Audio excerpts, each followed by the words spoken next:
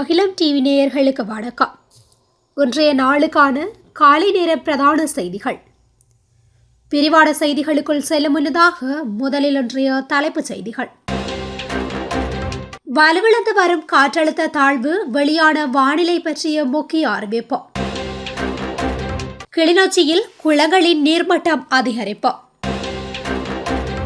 ஹரணிக்கு எதிரான நம்பிக்கையில்லா பிரேரணையை ஒத்திவைத்த எதிர்க்கட்சி. நவீன கல்வி முறை கட்டாயம் நிலைப்பாட்டை வெளியிட்ட ஜனாதிபதி அனுரகுமார திசாநாயக்க. திருகோணமலையில் இனந்தெரியாரால் திருடப்பட்ட புத்தர் சிலை. நுவரெலியாவில் விபத்துக்குள்ளான விமானம் மீட்கப்பட்டது. வாகன உரிமையாளர்களுக்கு முக்கிய அறிவிப்பு. வாகன பதிவில் TIN இணைப்பு. வெளிநாடொன்றில் 6.4 ரிக்டர் அளவில் சக்தி வாய்ந்த நிலநடுக்கம் பதிவானது. லண்டனில் பதற்றம். ஈரான் தூதரகத்தின் மீது ஏறிய போராட்டக்காரர்கள். தொடர்பென விரிவான செய்திகள்.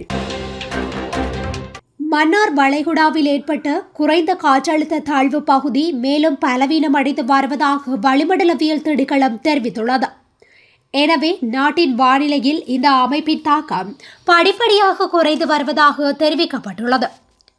வடக்கு, வடமத்திய, ஊவா மற்றும் கிழக்கு மாகாணங்களில் பலமுறை மழை பெய்யும்.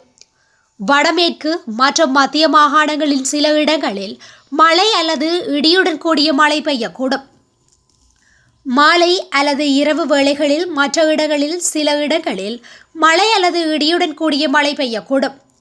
மேற்கு சப்ரகமுவ மற்றும் மத்திய மாகாணங்களிலும் காலி மற்றும் மாத்தறை மாவட்டங்களிலும் அதிகாலை நேரங்களில் மூடுபனியுடன் கூடிய வானிலை எதிர்பார்க்கப்படுகின்றது.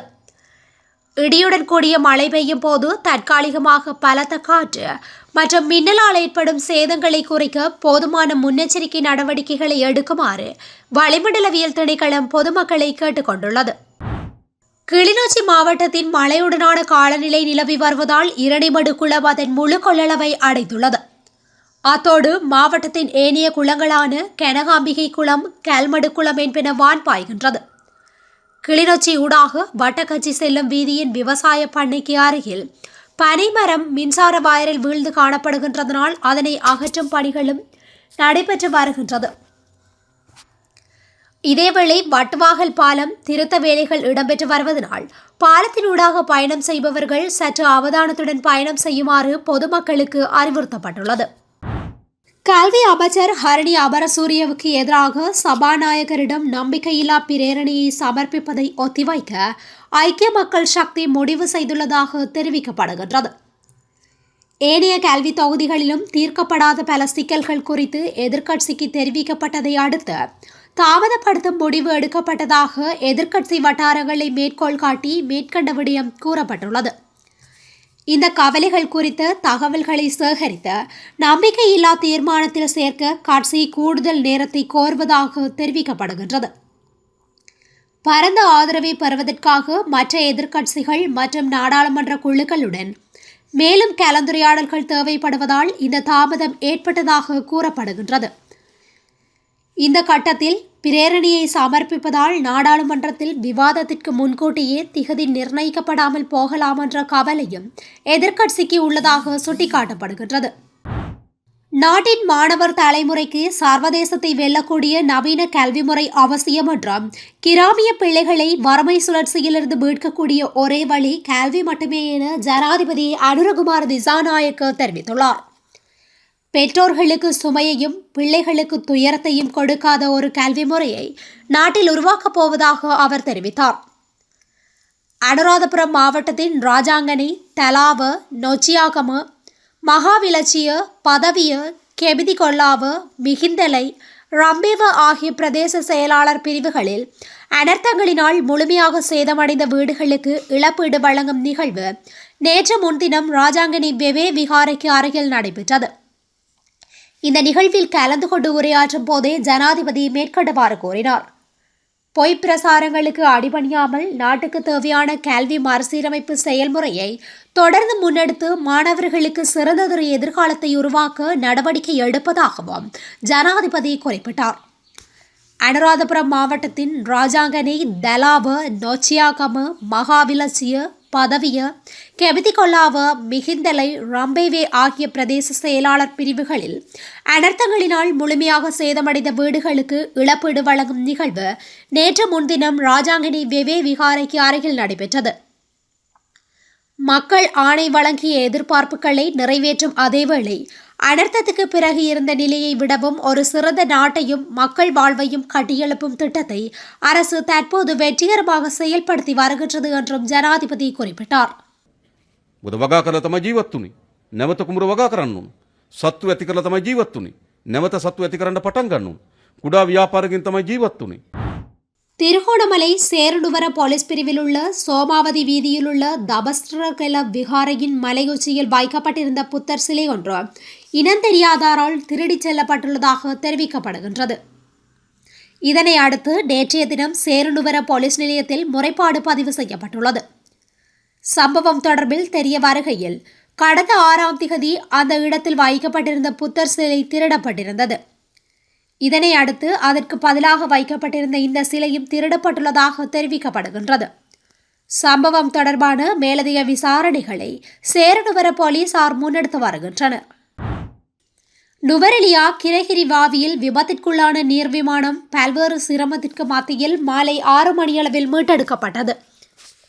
இலங்கை விமானப்படைக்கு சொந்தமான அதி உயர் தொழில்நுட்பம் கூடிய பாரந்தூக்கி வாகனங்கள் மூலம் கரைக்கு தூக்கி எடுக்கப்பட்டது. எனினும் மீட்பு பணியின் போதும் விபத்து ஏற்பட்ட சந்தர்ப்பத்திலும் குறித்த விமானம் கடுமையாக சேதமடைந்துள்ளது. சிவில் விமான போக்குவரத்து ஆணையம் அதிகாரிகள் மேற்கொண்ட சோதனையின் பின்னர் நுவரெலியா போலீஸ் உயிர்காப்பாளர்கள், விமானப்படை அதிகாரிகள், இராணுவ அதிகாரிகள் மற்றும் கிரகிரி வாவி படகு சவாரி வீரர்கள் ஆகியோர் இணைந்து வாவியில் விபத்திற்குள்ளான விமானத்தை பல்வேறு சிரமத்திற்கு மத்தியில் மீட்டெடுத்தனர். நுவரெலியாவில் தற்போது நிலவி வரும் பனி மற்றும் மோசமான வானிலை காரணமாகவும் கிரகிரி வாவியில் சேறும் சகதியும் தேங்கியுள்ளதால் மீட்பு பணியை மேற்கொள்வதில் வியாழக்கிழமை சற்று தாமதம் ஏற்பட்டிருந்தது. விமானம் விபத்திற்குள்ளானதற்கான உரிய காரணம் இதுவரை தெரியவரவில்லை. இதுபற்றி விசாரணை செய்வதற்கு தனிப்பட்ட குழு ஒன்று நியமனம் செய்யப்பட்டுள்ளதும் குறிப்பிடத்தக்கது. இலங்கையில் வாகனங்களை பதிவு செய்யும் போதும் அல்லது வாகன உரிமையை மாற்றும் போதும் வரி செலுத்துவோர் தமது டின் இலக்கத்தை சமர்ப்பிப்பது ஜனவரி 5ஆம் திகதி முதல் கட்டாயமாக்கப்பட்டுள்ளதாக மோட்டார் போக்குவரத்து திணைக்களம் அறிவித்துள்ளது. புதிய வாகன பதிவு மற்றும் ஏற்கனவே உள்ள வாகனங்களின் உரிமை மாற்றங்கள் ஆகிய இரண்டிற்கும் இந்த விதிமுறை பொருந்தும். புதிய உரிமையாளர் தனது தேசிய அடையாள அட்டை இலக்கம் அல்லது வணிக பதிவு இலக்கத்துடன் சேர்த்து தனது டின் இலக்கத்தையும் திணைக்களத்தின் முறைமையில் உள்ளீடு செய்வது அவசியமாகும். நாட்டின் வரி வருமானத்தை முறைப்படுத்துதல் மற்றும் வரி வலையமைப்பை விரிவுபடுத்தும் அரசாங்கத்தின் கொள்கைக்கு அமைய இந்த நடவடிக்கை எடுக்கப்பட்டுள்ளது. இருப்பினும் உந்துருளிகள், கையுளவு இயந்திரங்கள், உளவு இயந்திரம் மற்றும் முச்சக்கர வண்டிகளுக்கு இந்த தேவை பொருந்தாது என மோட்டார் போக்குவரத்து திணைக்களம் தெரிவித்துள்ளது. பாதாள உலக குழு உறுப்பினரான கொண்டரஞ்சி என்று அழைக்கப்படும் ரஞ்சித் குமார் இத்தாலிக்கு தப்பி செல்ல முயன்றபோது துபாயில் வைத்து கைது செய்யப்பட்டுள்ளார். அந்த நாட்டு பாதுகாப்பு பிரிவினரால் மேற்படி சந்தேக நபர் அவரது மனைவி மற்றும் பிள்ளைகளுடன் கைது செய்யப்பட்ட நிலையில் பின்னர் மனைவியும் பிள்ளைகளும் விடுவிக்கப்பட்டுள்ளனர். முன்னாள் அமைச்சர் மங்கள சமரவீரவின் ஒருங்கிணைப்பு செயலாளரின் கொலையுடன் தொடர்புடையவர் என்ற குற்றச்சாட்டில் போலீசாரால் தேடப்பட்டு வந்த ஒருவரே இந்த கொண்டரஞ்சி என்ற ரஞ்சித் குமார் என்று தெரிவிக்கப்படுகின்றது. சந்தேக நபர் தற்போது துபாய் போலீஸ் தலைமையகத்தில் தடுத்து வைக்கப்பட்டுள்ளார். இதேவேளை கொண்டரஞ்சி ஐக்கிய அரபு ராச்சியத்தில் கோல்டன் விசா எனப்படும் 10 வருடங்களுக்கான வதிவிட விசா உரிமையாளர் என்பது விசாரணைகளில் தெரிய வந்துள்ளது. இந்தோனேஷியாவின் தலவுட் தீவுகளுக்கு அப்பாலுள்ள கடற்பரப்பில் சக்தி வாய்ந்த நிலநடுக்கம் ஒன்று ஏற்பட்டுள்ளதாக சர்வதேச ஊடகங்கள் தெரிவித்துள்ளன. அந்நாட்டு நேரப்படி இன்று பிற்பகல் 2:58 மணியளவில் இந்த நிலநடுக்கம் ஏற்பட்டுள்ளதாக தெரிவிக்கப்படுகின்றது. இந்த நிலநடுக்கம் ரிக்டர் அளவுகோலில் 6.4 ஆக பதிவாகியுள்ளது. இந்த நிலநடுக்கமானது பூமிக்கடியில் சுமார் 77 கிலோமீட்டர் ஆழத்தில் மையம் கொண்டிருந்ததாக அமெரிக்க புவியியல் ஆய்வு மையம் தெரிவித்துள்ளது. எனினும் இந்த நிலநடுக்கம் சுனாமி அலைகளை ஏற்படுத்தும் ஆற்றலை கொண்டிருக்கவில்லை என்று PMKG தெரிவித்துள்ளது. சுலவேசி தீவின் வடக்கு முனையில் உள்ள மெனோடோவில் உள்ள மக்கள் நிலநடுக்கத்தை பலமாக உணர்ந்ததாக தெரிவித்துள்ளனர். சேதம் குறித்து உடனடி தகவல்கள் எதுவும் இல்லை என வெளிநாட்டு ஊடகங்கள் செய்தி வெளியிட்டுள்ளன. ஈரானில் நிலவும் அரசாங்கத்திற்கு எதிரான போராட்டங்களுக்கு ஆதரவு தெரிவித்து லண்டனில் உள்ள ஈரான் தூதரகத்துக்கு முன்னால் நூற்றுக்கணக்கானோர் திரண்டு பாரிய போராட்டத்தை முன்னெடுத்துள்ளனர்.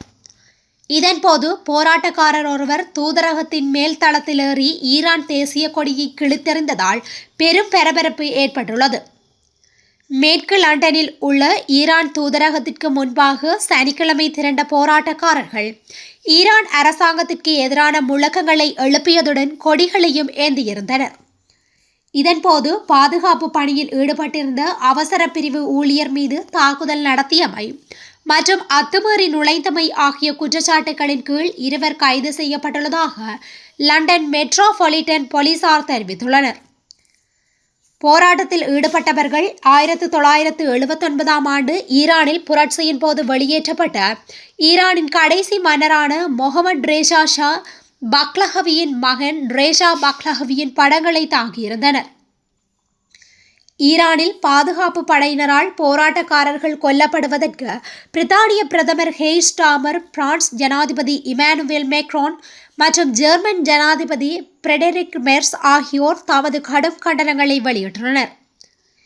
ஈரான் அரசாங்கம் தனது நாட்டு மக்களை பாதுகாக்க வேண்டும், அச்சுறுத்தல்களின்றி அமைதியான முறையில் ஒன்று கூடுவதற்கும் கருத்து தெரிவிப்பதற்கும் இடமளிக்க வேண்டும் என அவர்கள் கூட்டாக வலியுறுத்தினார்கள்.